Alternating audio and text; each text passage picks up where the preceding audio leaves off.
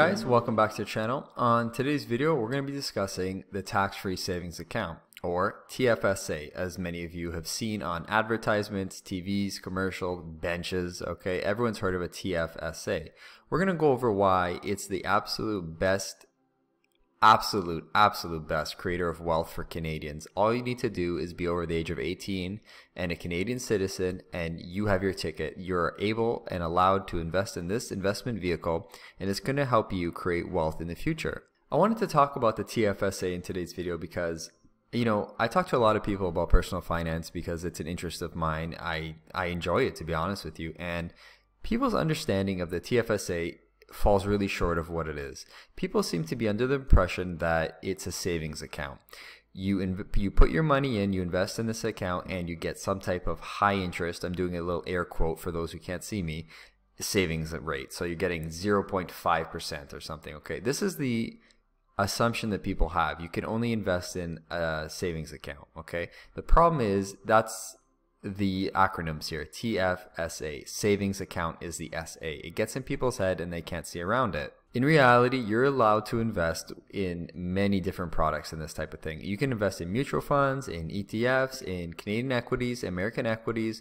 There's a lot of indexes you're allowed to invest in within this account. People just don't seem to have this understanding. My father was over here today and he thought he could only put his money into a savings account for his TFSA, and that drove me up the wall. Because if you don't understand the limitations and the heights you can reach with this account, you're just going to waste it. And we can't have this type of thing. Canadians need to know that this is an amazing wealth creator. Back in 2009, the Canadian government got together and they wanted to create an investment vehicle for Canadian citizens so they can be self-sufficient in their old age. Yes, Canada is a socialist country. Yes, we have a small pension from the government, but it's not enough. It is really not enough for most people. So in order to encourage a higher saving and investing rate for its citizens, they introduced the TFSA. This account would let Canadian citizens invest their money, and whatever growth they got within that account borders would remain tax-free. Back in 2009, when this account was created, the deposit limit was $5,000. So each individual was allowed a maximum of a $5,000 deposit within this account, and whatever this $5,000 grew into would remain tax-free. And that's the beauty of this account. So that was only in 2009. Now each year you got more and more contribution room. As you can see here, is $5,000 for a few years, then it went up to $5,500, then $10,000, and then $5,500. So it goes up and down based on inflation, based on whatever government happens to be in power and what they want to allow for their citizens at that point in time. So right now it's around $6,000 for 2021. So that's great. So if you maxed out your contribution from 2009 all the way up until 2021 today, the maximum contribution room is about $75,000. Now, if you invest $75,000 and let that ride over 20, 30 years in, you know, a wide investment ETF, oh, it's going to grow into a great number that's going to help you retire comfortably, guys. If you go to the Government of Canada's website, you can see that they list, you know, all types of rules and regulations about the CRA. I'm just going to go over it quickly today so you guys have an understanding, okay?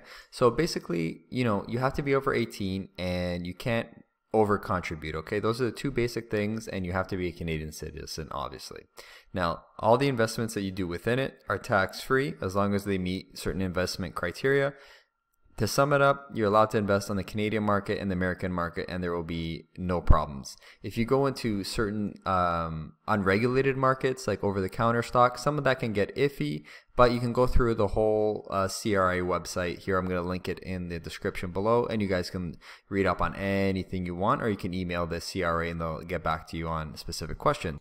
In my TFSA, personally, I hold a lot of dividend stocks. I have some Canadian and some American dividend stocks. Now, I just want to touch back to what I was saying earlier, that people think it's a savings account. So I just went to Google for a second and I typed in best savings account interest rate, and what came up? Okay, 0.7% is the absolute best that Google came up with for a high interest savings account.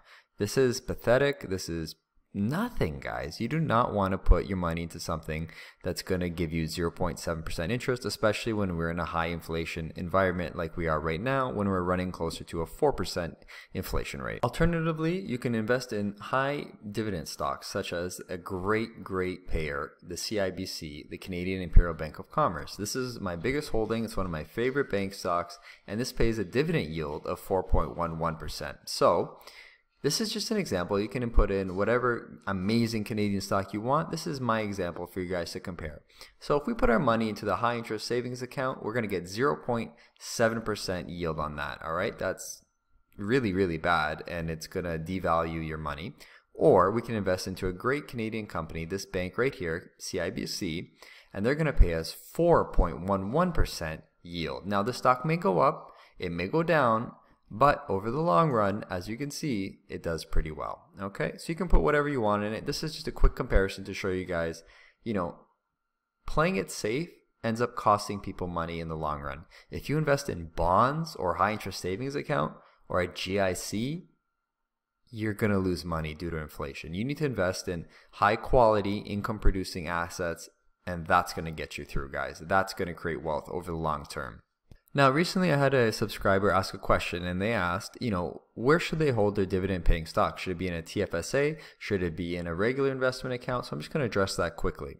I just showed you the CIBC, how it paid a 4.11% dividend. Okay, so you will pay no tax upon selling that stock for the capital gain. There will be none. It's in the TFSA, and you will pay no tax on the dividend, the 4.11% that we just went over, because it's a Canadian equity.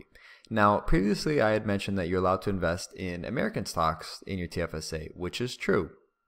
Like I mentioned earlier, you can hold Canadian equities, American equities, whatever you want. But when you sell both of them, you're not going to pay any capital gains tax because it's in a tax-free account. The only thing you are going to pay on American holdings only is a U.S. withholding tax. What that is specifically applies to the dividend. It's a 15% withholding tax on your dividend only. So you're not going to pay any tax when you sell the equity, but you will pay tax every time you receive a dividend. So for example, if an American equity pays you a dividend of $10, you will be paying a 15% withholding tax on that $10. So you're going to pay $1.50 in tax. Your brokerage is going to calculate this for you automatically. So whatever you see on the screen, the tax has already been paid. You don't need to do anything at the end of the year, and it's a small tax that you don't need to really stress yourself out over.